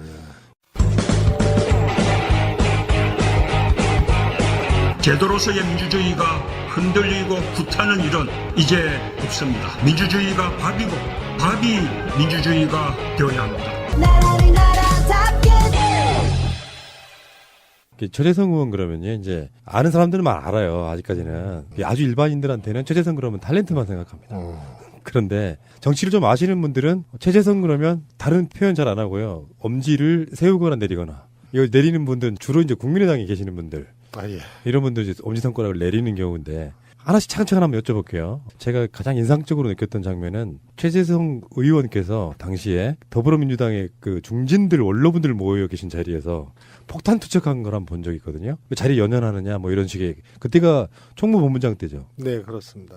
보통 그러기가 쉽지 않잖아요. 그때 그런 상황이 벌어진 상황을 좀 설명해 주실래요? 원래 이제 당내 정치도 그렇고 정치가 이렇게 흐름에 따라가고 민감하게 돼 있어요. 근데 그때만 해도 이제 문재인 대표 물러가라 또 흔들고 막 이럴 때라서 사실 중진 분들도 중재하신다고는 했는데 그때 그 동영상이나 이런 데 보면 탈당하신 분들이 거기 또 꽤 계시거든요. 그러니까 그 흐름으로 쫙 가는 거예요. 그래서 한마디로 문재인 대표 물러나고 그리고 임시전대 같은 걸 해서 지도부 다시 뽑자. 안철수 대표의 주장이거든요. 그랬었죠, 그때. 불가능한 건 이제 탈당 명분으로 자꾸 그렇게 걸었는데 그걸 주장하셔가지고 제가 그건 아니다. 그리고 규칙에도 위반이 되고 그런데 뭐 못 들은 척 하시고 뭐 해서 근데 또 이렇게 딱 보니까 전부 또 지역구도 좋으시고 그래서 나가면 당선되는 것? 네, 그래서 아니 황금지역교회만 안주하신 거 아니냐. 그래서 출마하지 않겠다라고 해서 무슨 헌신 정신이라도 보이면 진정성이라도 인정을 하겠는데 이게 뭐냐. 이제 그런 항의를 했던 있는 거를 어떻게 요리라고 하냐. 방송 오랫동안 몇 년 동안 들으신 분들은 제 특기 중에 하나가 요리라는 걸 아 그래요? 진짜 요리 프로는 저 같은 사람이 하는 거예요. 우리 지기 싫은데. 예. 나중에 요리 프로를 하나 만들어 볼까. 어쨌건 정치 카피, 뭐 집권 전략, 제가 여쭤보려고 했던 거는 번개예요, 번개. 번개가 뭐예요? 어떤 의미의 번개예요? 그러니까 모임 갑자기. 그런 걸 되게 좋아하시는구나. 예, 많이 했습니다. 저. 아마 제일 많이 했을 거죠, 정치인 중에. 혹시 민주정권 하시면서도 번개 하신 적 있으세요? 번개 많이 했죠. 왜 하신대요, 이거는 근데? 좋잖아요. 그리고 얘기할 수 있고. 젊으셨을 때 채팅 많이 하셨어요? 아니요. 원래 채팅 용어잖아요, 이게. 번개가요? 예. 네. 그렇습니까? 채팅하다가 갑자기 만나는 거. 요게 번개죠. 근데 한 가지만 아시는 거죠. 네. 번개는 거의 일상적인 그런 이제 모임을 갑자기. 거기서 나온 용어예요. 그러니까 어쨌든 번개란 말은 번개탄도 있고. 그건 국정원 영역이고요. 번개 부대도 있고. 뭐, 많죠, 뭐. 그렇게 따지면. 네. 근데 여기서 마지막 끝줄에 나와 있는 단어를 한번 읽어드려 볼게요. 의리는 생명줄. 보통 정치인들이라는 게 자기의 이득을 버리고 살신성인하기가 쉽지가 않잖아요. 위원장께서 보여주는 모습 중에 대표적인 게 저는 의리라고 생각해요. 의리. 국민에 대한 의리. 한참 힘들어했던 지금 정말 잘하고 있는 문재인 대통령에 대한 의리. 그 대신 이제 그러다 보니까 또 그렇게 서로 신뢰를 지켜야 될 정도의 교감을 하는 분들이 많지는 않죠.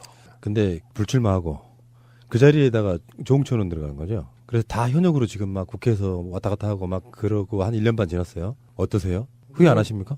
저는 원래 지나간 일에 대해서는 뭐 왜 회고하거나 반추하지는 않겠어요. 그러나 그걸 후회를 한들 뭐하고 또 할 일을 또 왜 합니까? 그때 나갈 걸. 뭐 지금 갖고 나갈 걸. 그래서 제가 가끔 그런 얘기하죠. 그런 말씀하시는 분들한테 그래서 다음 주쯤에 불출마 취소 기자회견이나 하려고 생각 중이다. 뭐 이렇게. 저는 제가 꽤 이렇게 고민하고 제 나름대로는 진정성 있게 했던 선택이라서 그렇지 않습니다. 그리고 주홍천 의원이 또 전혀 뭐 남양주로 또 출마하시리라고는 예상을 못했는데 영입된 분 아니에요. 예. 그러니까 문 대표 물러나시고 김종인 비대위 체제가 들어왔는데도 영입되신 분들이 탈당 과정에서도 당 지지율을 오히려 반등시키는 그런 아직 계기가 된 특이한 경우거든요. 그래서 이분들은 삶을 바꾼 거 아니에요. 직업도 바꾸고. 그러니 공천을 받아야 되는데 그리고 문 대표 떠나시고 공천 받는데 심부름하고 상담하고 뭐 같이 고민해주고 이런 거를 했어요. 출마 안 한 것도 뭐 거시기 하지만 그런데 이제 조홍천 후보 같은 경우는 사실 제가 보기엔 공천을 안 줄라 그랬었던 것 같아. 그때 비대위에서. 그러다 보니 누가 봐도 남양주에는 좀 잘 안 어울리잖아요. 그렇죠. 네? 우리가 도농 통합도시고 나간다면 서울 뭐 이럴 텐데 마포가 딱 좋은데. 네, 그런데 남양주로 나가게 된 그런 또 숨겨진 또 스토리가 있습니다. 그 당시 분위기 저희가 아는데 박주민 의원이 그 당시에 이제 영입돼가지고 우리 방송에 몇 번 나온 적이 있었거든요. SOS를 쳤어요. 김종인 비대위 시절이니까 공천을 안 해주려고 한다. 방송이라도 좀 하게 해주라. 자, 잠시 후에 다시 좀 더 깊은 얘기 나누겠습니다. 자, 인터뷰한 오늘이 정무수석이 발표가 됐어요. 제가 방송하다 보면 방송 다 들으시는 분들은 아시겠지만 최근에 이제 우리 강기정 의원도 저희들 고정 멤버로 방송하시거든요. 언론에 보면은 정무수석 후보들 해가지고 이렇게 강기정, 뭐 최재성 또 등등등 여러 분들이 하마평에 올랐는데 혹시 정무수석 제의가 갔었나요? 저는 사실 대통령 선거 끝나고 네. 제가 아무것도 하지 않겠다고 글을 한번 올리고 보도도 좀 됐었죠. 임명직. 네네. 그때 이미 뭐 여러 가지 얘기가 조금 있었는데 제가 정중하게 마다하고 당과 그다음에 선출직 했던 사람들은 정치적 영역을 확대하면서 정권의 성공을 돕고 또 재집권 준비하고 이러는데 직접적으로 이렇게 현장이나 이런 데 나서야 되는 거 아니냐. 그래서 아마 청와대나 임명직 이런 데는 좀 맞지 않는 것 같다라고 이미 대통령께도 뭐 말씀을 드렸고 공개적으로도 했기 때문에 이번에는 뭐 그런 게 사실 언론 보도일 뿐이지 얘기가 오갈 수 있는 상황이 아니죠. 강기정 의원을 더 사랑하시나 본데요. 강기정 의원은 정무수석 제의가 왔다고.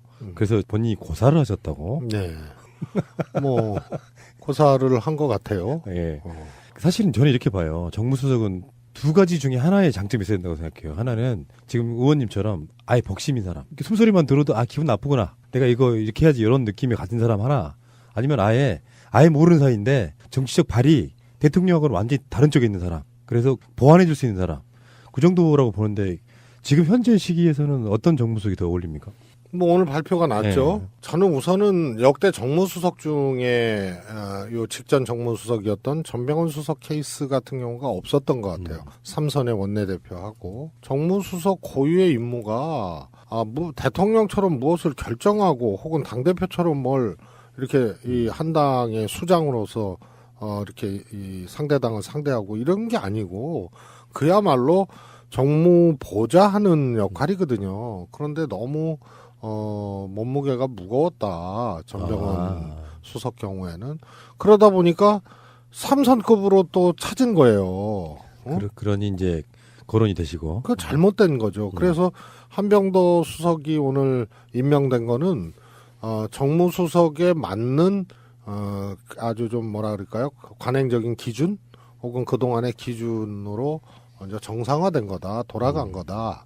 이렇게 평가를 하고 싶고요. 뭐 대야 관계도 원만하면 좋지만 그게 또 결정적인 건 아니거든요. 그렇겠죠. 그래서 대통령의 생각을 또 잘 읽고 야당에 대해서도 잘 분석하고 그다음에 최선을 다하고 이런 정무수석이 모범답안이죠. 협치만 목적이라면 사실 원내대표의 몫일 수도 있잖아요. 그렇습니다. 예.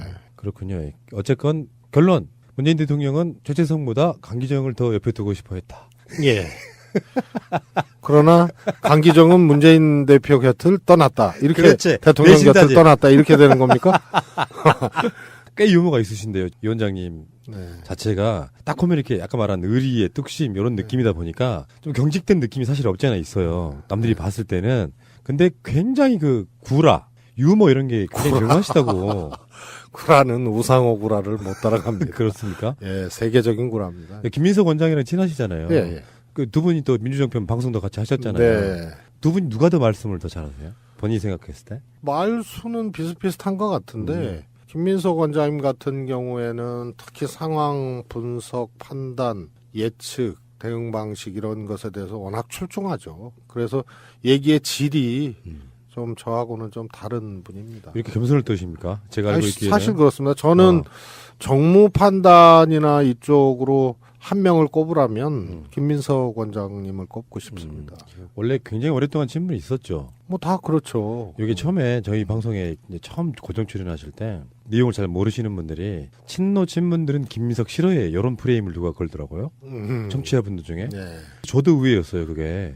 그중에 제일 절친 중에 한 분이 최재성 위원장이시더라고. 네. 이게 도대체 뭐지 이런 생각했던 기억이 나는데 정치인들은 또 다른가 봐요. 김민석 원장님은 저는 그건 조금 우리가 새롭게 봐야 된다고 봅니다.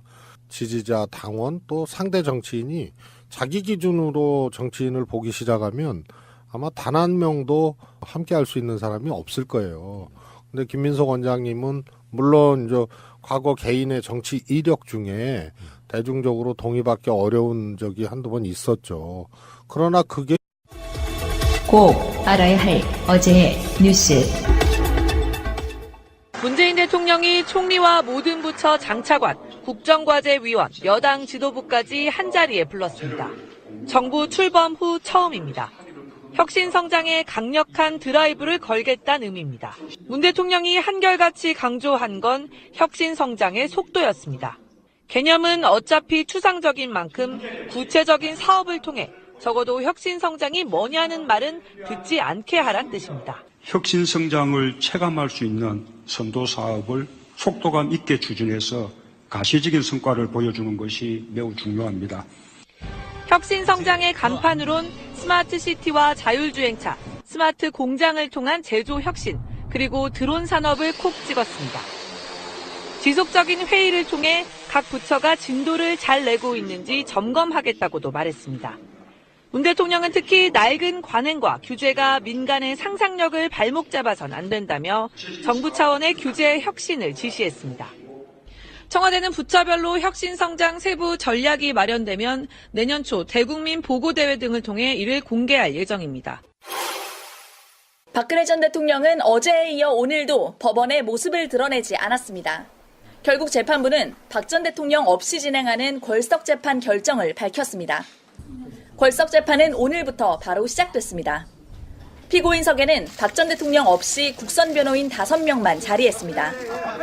변호인단은 박 전 대통령과 단 한 차례 접견도 못했지만 적극적으로 변론에 나섰습니다.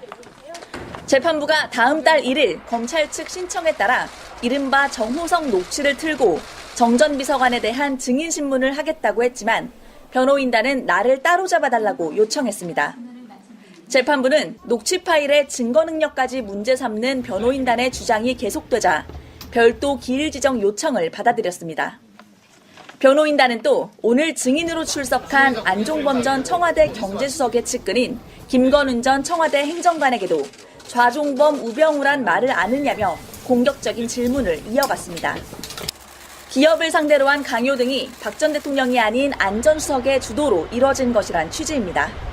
하지만 국선 변호인단은 기존 변호인들로부터 인수인계를 제대로 받지 못한 듯 혼선을 빚는 모습도 보였습니다. 결국 재판부는 기존 변호인들이 어떤 증거에 동의하고 동의하지 않았는지 여부를 상세히 설명하며 재판을 진행했습니다. 재판이 끝난 후 강철구 국선 변호인은 기존 변호인단과 협조가 되고 있느냐는 취재진의 질문에 말하지 않겠다고 답변했습니다.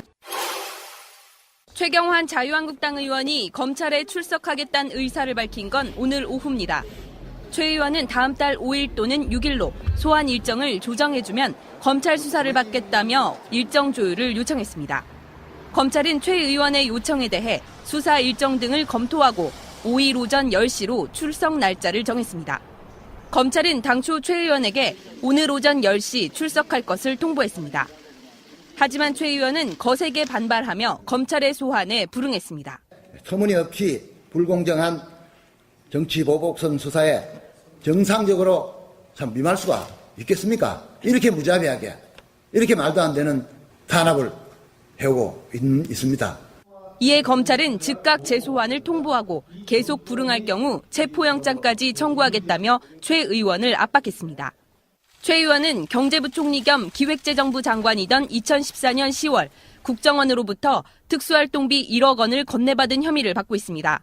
검찰은 이 돈이 국회 예산결산위원회 등의 특활비 논의를 무마해주는 대가로 국정원이 건넨 뇌물에 해당한다고 보고 있습니다. 방송 중간에 좋아요를 눌러주시면 새날팀들에게 큰 힘이 됩니다. 미리 감사합니다. Say no.